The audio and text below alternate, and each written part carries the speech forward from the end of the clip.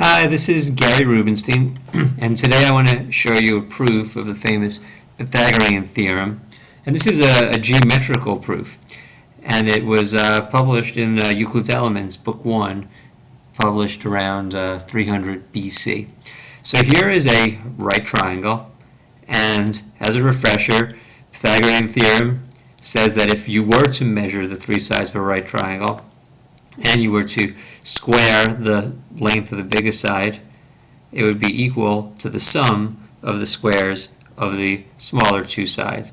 And here I have a right triangle, and as you can see, as I alter the value, alter the size of AB, or if I were to take this point C and kind of move it around, it appears to be true. But we want to see an actual geometrical proof of this fact, and I'm going to show you one that relies on a couple of theorems from geometry. First theorem that we want to be aware of is the area of a triangle is 1/2 base times height, whereas the area of a parallelogram is just base times height.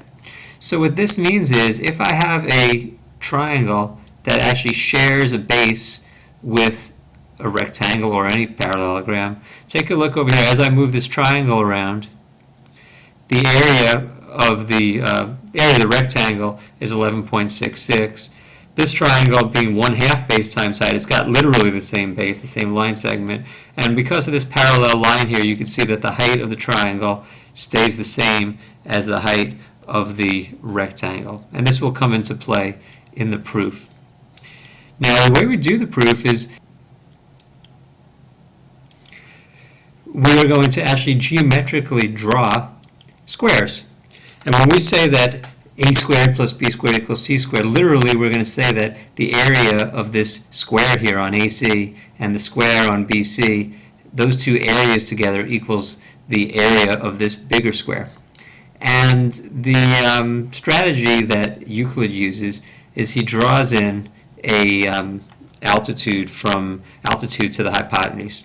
And what that altitude does is it splits this big square up into two rectangles. And what he's going to attempt to do is show that this square here has the same area as the rectangle on the left, and that this square over here, the medium square, has the area of the rectangle on the right. And that would make the two squares together equal the two rectangles together. But the two rectangles together equals the big square, and that would complete the proof. Well, the way he's going to do this is by drawing in some auxiliary lines. And the first set of auxiliary lines we're going to draw in are these. This is DB and CH.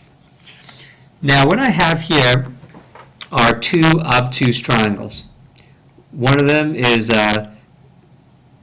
triangle DAB, and intersecting it with it is triangle CAH, and these are both obtuse triangles. The reason these triangles are important, obtuse triangle DAB is important because if you look here, we have that picture from before. We have this square, and the triangle has the same base as that square. So this triangle has exactly 1/2 the area of this square, and we can see up here that that's true. We could also do a similar thing with the obtuse triangle CAH. This triangle here shares the same base as this rectangle here, and they have the same height also, which is the line segment AK. So the strategy is, if I can somehow prove that those two triangles are congruent, that would also, if the triangles are congruent, they have the same area, but each triangle, one triangle has half the area of the square, and the other triangle has half the area of this left-hand rectangle. So if I could prove the two triangles congruent, that would lead to the square ADEC having the same area as rectangle AHIK.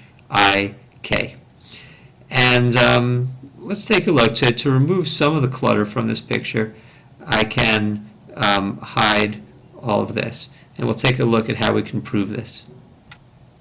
Well, the first thing to notice about these two triangles is that DA is part of the triangle DAB, so this side should be congruent to this side AC because they are part of the same square.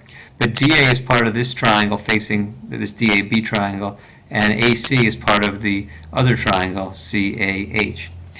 Also, because ABJH is a square, we could say that AH is congruent to AB. And it's pretty hard to see this sometimes, but AH is also part of triangle CAH, whereas AB is part of triangle DAB. Finally, this angle, the obtuse angle that each triangle has, angle DAB is composed of a right angle plus this angle CAK, or CAB. Whereas the obtuse angle in the other triangle, HAC, is also composed of a right angle, because this is also a square, plus this same angle, CAH. So that makes this angle, this obtuse angle, the sum of the right angle and angle CAB, whereas this is also. Okay, I'm going to clean this up a bit on the other picture. So in this less cluttered picture, we have that this side in TA is congruent to this side. They're part of the same square. This side here is congruent to this side. Those are part of the same square. That's two sides of the two triangles. And this angle has the same measure as this angle. Very unusual picture. Never seen this in like a geometry textbook, but it's an important set of overlapping congruent triangles. They're congruent by the SAS property. So when we put the rest of the picture back in, now that these two triangles are congruent, that means they have the same area. But remember, the top triangle had the same area as half the area of the square, and the other triangle had half the area of that left-hand rectangle. And what that tells us now is we have half of our proof done, which is that the square has the same area as this left-hand rectangle. Well, now we can do the same thing on the right-hand side by drawing in these two segments. And now I have two other triangles. For instance, I have obtuse triangle GBA, which we're going to show, which has the same area as the square GBCF. And we also have this other obtuse triangle, CBJ, which has the same area as the rectangle BJIK.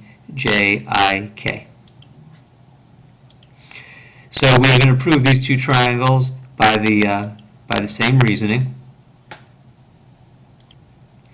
Now, if I just concentrate on these two triangles, we've got GB in this triangle, congruent to CB in this triangle because those are part of the same square. We've got JB in this triangle, congruent to AB in this triangle because those are part of the same square. Those are two sides of the triangles. We have the right angle plus this is equal to this right angle plus that. That makes this obtuse angle equal to that obtuse angle. So those two triangles are congruent, therefore they have the same areas. And since those two triangles have the same areas, that means that these two, the square must have the same area as this rectangle. And remember from before, we've already proved that this square has the same area as this rectangle. And that concludes his proof of the Pythagorean Theorem. That's Book 1, Proposition 47 of Euclid's Elements, written in 300 BC. It's a very clever proof. It only relies on congruent triangles and the fact that the area of a triangle is half base times height, where the area of a parallelogram is just base times height. So I hope you like this proof of the Pythagorean Theorem. It is a classic, but I don't think it's one that's very well known. So thank you.